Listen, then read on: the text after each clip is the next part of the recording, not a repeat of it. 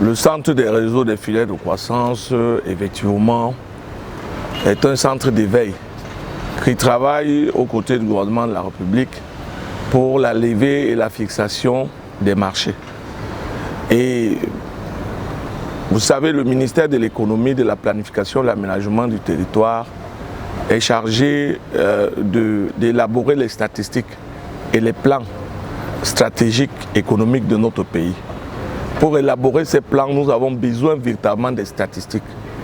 Alors, le centre des réseaux est l'émanation d'une organisation non gouvernementale qui s'appelle le Centre d'appui aux actions rurales de développement, dont je suis le président du conseil d'administration. Et ce centre d'appui aux actions rurales de développement a signé donc une convention avec l'État du Cameroun, représenté par le MINEPAT.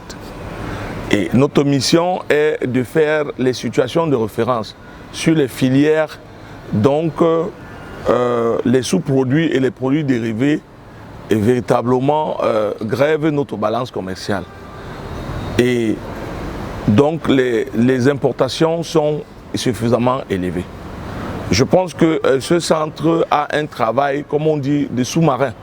On n'a pas tellement besoin d'être connu du grand public.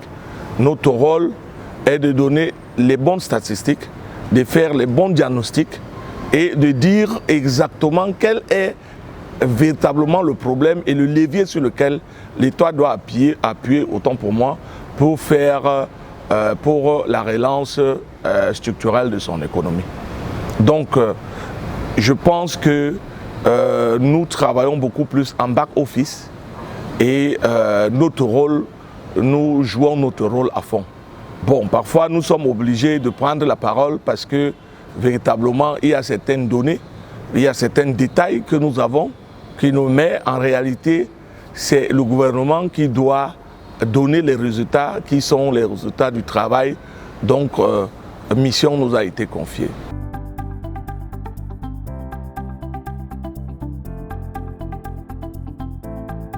Le bilan, il est extrêmement positif parce que nous avons commencé par des situations de référence. Parce que l'un des problèmes que nous avons, c'est un problème de statistiques. Si vous avez besoin de statistiques, vous irez vers l'INS, l'Institut national de la statistique. Mais d'autres administrations ont leurs statistiques. Les PAM, les organisations de développement ont leurs statistiques. Il faut qu'il y ait une cohérence vers ces statistiques-là. Parce qu'en réalité, si nous n'avons pas les statistiques réelles, véritablement, il est difficile de faire une planification qui tient véritablement la route. Donc, nous avons fait donc, des situations de référence, des études de faisabilité sur 11 filières. La filière aquacole, la filière bovine laitière, la filière palmier à huile, la filière manioc, la filière cacao, la filière café, la filière bois, la filière coton textile, la filière oignon, la filière tomate, la bovine laitière. Donc, nous avons fait donc ces situations de référence. Les résultats de ces études de faisabilité sont là. Après ces situations de référence, nous avons entamé effectivement l'étude du marché. Parce que, comme je vous l'ai dit, les pays qui se sont développés ont pu maîtriser le marché. Parce que, effectivement, c'est sur les exigences du marché que le développement s'opère. Donc nous avons fait des études de marché et nous sommes rentrés vers les études de la productivité. Parce qu'en réalité, si vous n'augmentez pas la productivité, les usines ou le Made in Cameroun que nous voulons faire, véritablement, on va se retrouver buté au niveau de la matière première. Donc nous avons donc fait ces trois études, les études de faisabilité, les études de marché, les études de la semence améliorée ou bien de la productivité. Maintenant, nous sommes passés au cap véritablement de la mise en œuvre. Et nous pensons que ce qui a lieu de faire pour l'instant, c'est d'abord la semence. Parce que si vous n'avez pas une bonne semence, vous ne pouvez pas augmenter la productivité. Toutes ces écritures, tout ce que nous avons eu comme résultat, nous avons compris que le plus souvent, nous mettons les charrues avant les bœufs. Donc en fait, nous sommes en ce moment en train de faire presque 250 de champs sémenciers avec l'IRAD, le MINEPAD, le MINADER et toutes les autres administrations sectorielles. Donc après véritablement cette mise en place, nous avons commencé à faire les montages des plans d'usine. Nous avons fait les montages des plans d'usine et nous avons aussi, sur les 11 filières, fait une structuration des filières parce que le gros problème de l'import-substitution ou bien de la résolution du problème des importations qui grève notre balance commerciale réside sur la manque ou l'insuffisance de la structuration de la chaîne de valeur. Donc sur les 11 filières, nous avons structuré 11 entreprises sur lesquelles nous avons fait un modèle économique qui se base véritablement sur ce que nous avons appelé le cluster. Nous faisons des champions, autour des champions, nous mettons véritablement les entreprises satellites. Donc, de manière aussi ramassée, voilà ce que je peux dire que le centre de réseau est en perspective. Je pense pour embrayer, nous sommes en train donc de toucher les bailleurs de fonds. Je voudrais dire que le directeur technique national viendra tout à l'heure vous donner des statistiques, parce que c'est lui le technicien. Moi, je suis là pour le macro, et c'est ce que je suis en train de vous dire. Nous avons fait des études de faisabilité, les études de marché, les études de la productivité. Nous sommes passés à la structuration des chaînes de valeur, c'est-à-dire des producteurs en chaîne de valeur et en les spécialisant.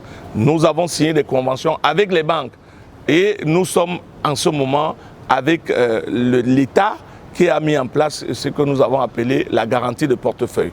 Parce que notre rôle aussi, c'est d'expliquer aux banques qui ne comprennent pas jusqu'à présent la valeur de la garantie de portefeuille pour l'agribusiness au Cameroun.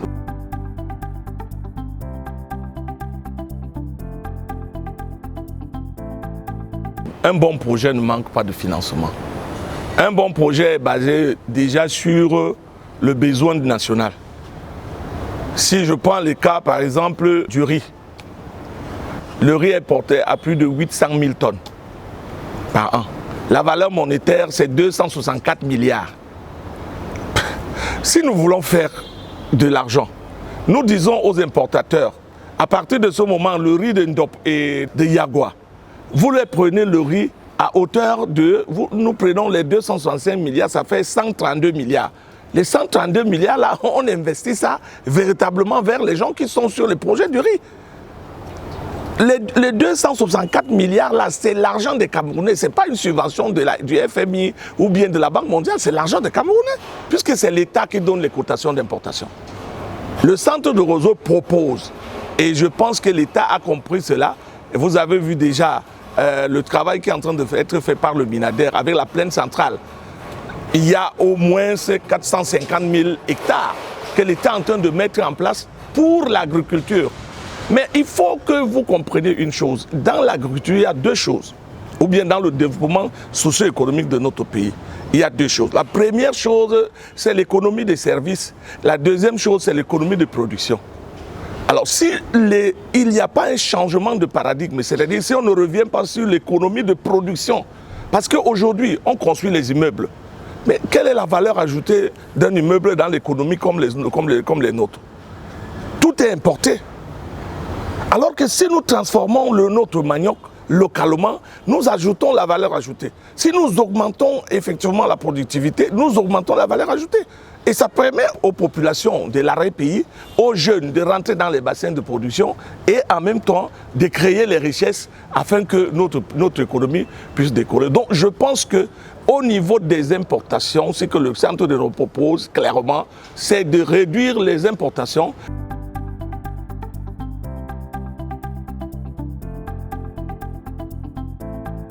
Le problème est clair.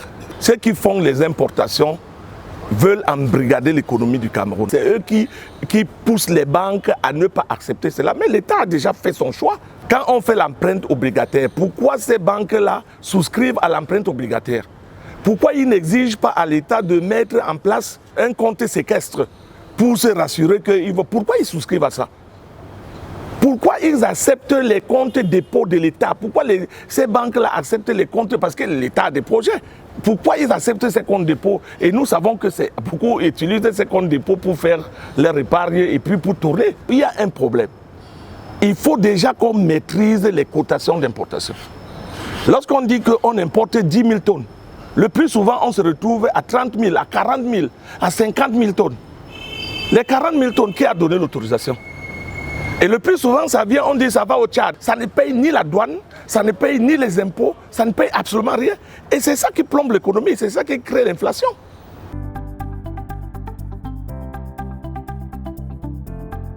L'État a déjà pris l'option. L'option de dire aux banques, véritablement, voici l'option que j'ai prise. Il faut que, absolument, les importateurs, ceux qui sont les importateurs aujourd'hui, rentrent, que l'État les oblige à rentrer dans la production locale. Si tu importes le poisson, tu dois avoir une production locale au moins de 30%. C'est ce que nous proposons. C'est ça qui a été fait ailleurs, en Turquie, c'est ça qu'on a imposé aux importateurs. On ne peut pas dire aux importateurs que importer. Et que, véritablement, il y ait un contrôle strict. Qu'il y ait un contrôle strict. Quand on dit 10 000 tonnes, qu'on soit sûr que c'est 10 000 tonnes. Sinon, la petite PME qui est là ne pourra jamais, au grand jamais se polluer. Puisque lorsque le marché est pollué et surinondé, de la demande est surinondée, et effectivement, il y a inflation et il y a toutes sortes de jeux à l'intérieur.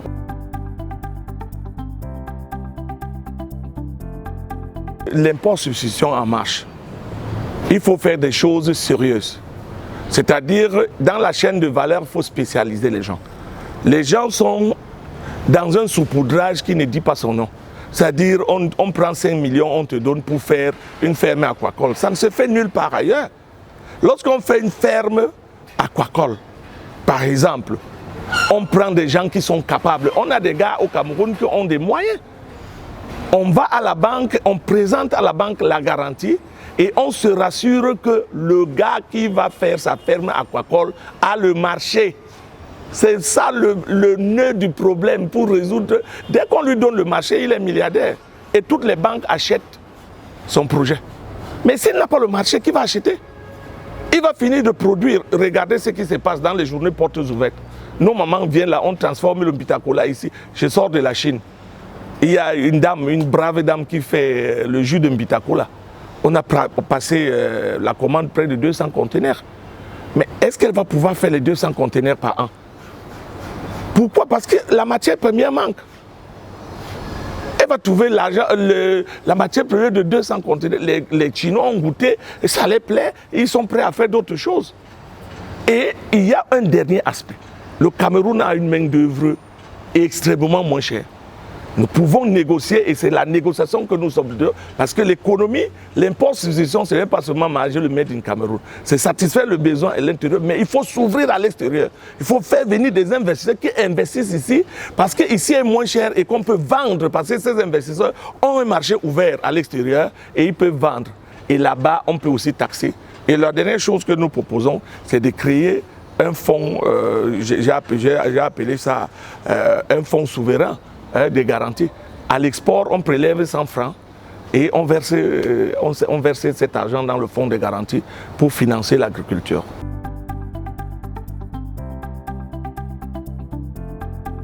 Je félicite les efforts du gouvernement parce que tous les pays qui veulent se développer doivent effectivement, on ne peut pas appeler, vous pouvez appeler ça garantie, mais c'est une subvention.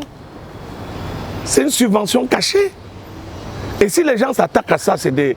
Moi j'ai dit, excusez-moi le terme, c'est des sorciers. Ils ne sont pas clairs. C'est le chemin où on doit s'appuyer pour l'élever. Parce que dans l'agriculture, l'agriculture a beaucoup de risques. Vous pouvez cultiver votre tomate, ça pourrit. C'est pas votre... Vous pouvez mettre votre poisson, là, tout meurt. Le risque est hautement élevé. Il n'y a que l'État pour garantir. Il n'y a pas un investisseur qui peut se narguer aujourd'hui et dire que je vais donner la garantie. Et à côté de ça, il y a les assurances qui sont prêtes à nous accompagner. Donc le CRFC a signé des conventions avec les banques, avec les assureurs, et nous sommes en train de négocier avec les banques extérieures et les partenaires techniques et financiers extérieurs pour leur dire le Cameroun, véritablement, c'est un scandale de richesse. Je vous fais une confidence. J'étais en Hollande et un Hollandais m'a dit, votre pays, c'est le 7e pays le plus riche au monde. C'est connu. À tous les niveaux. Donc il faut qu'on profite de cela. Et je pense que les Camerounais doivent cesser de faire les flagorneries, les chiffres. Oh, je ne suis pas ceci, je ne suis pas cela. Notre pays, c'est notre pays. Si ça prend feu maintenant, ça va prendre tout le monde.